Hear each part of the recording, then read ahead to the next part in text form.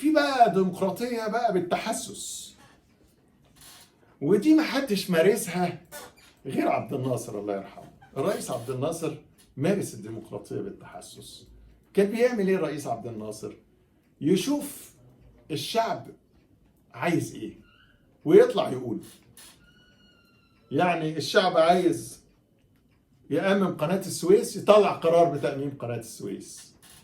الشعب عايز يبني السد العالي، نطلع قرار ببناء السد العالي. دي الديمقراطية بالتحسس. بس الشعب ما فيهوش خالص ديمقراطية. فكده هو اللي انت عايز تقوله انا هعمله وخلصنا، اللي انت بتتمناه احنا بنعمله اهو. دي ديمقراطية. لكن في مجلس أمة؟ لا، ما فيش مجلس أمة يا فندم. طب في مجلس وزراء؟ لا، ما فيش يا فندم مجلس وزراء. طب في حرية؟ لا، ما فيش حريات. في لا، ما فيش ديمقراطية. في حرية صحافة؟ لا، ما فيش حرية صحافة. الله، امال ايه اللي انت عايزه، اللي احنا حاسين ان انت عايز تعمله احنا هنعمله وخلصنا. دي بيسموها الديمقراطية بالتحسس. يعني الديمقراطية بتعني بكل بساطة، عشان تبقى في عصب أي ديمقراطية في أي مكان، عبارة عن إيه؟ إن أنا يبقى عندي حرية صحافة، عندي حرية اجتماع، أعمل اجتماعات، عندي حرية تملك، عندي حرية التنقل من مكان لآخر، عندي حرية التعبير. ما كل دي بنسميها عصب. عندي حرية العقيدة والعبادة، عندي حرية المسكن وحرمته. ده كل ده يا جماعة عصب الديمقراطية. حتى لما بنطلق كلمة المساواة،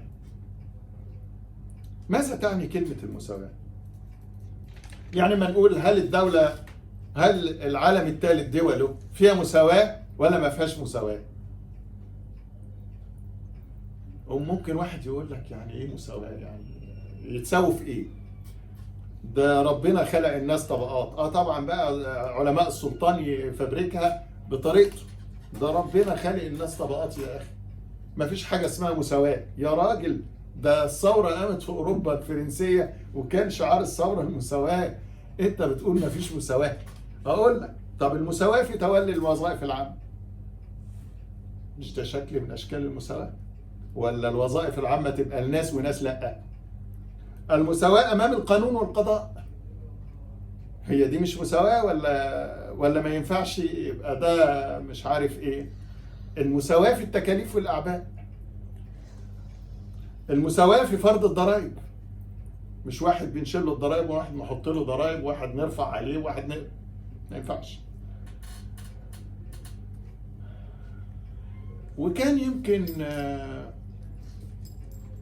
المساواة في فرض الخدمة العسكرية، التجنيد.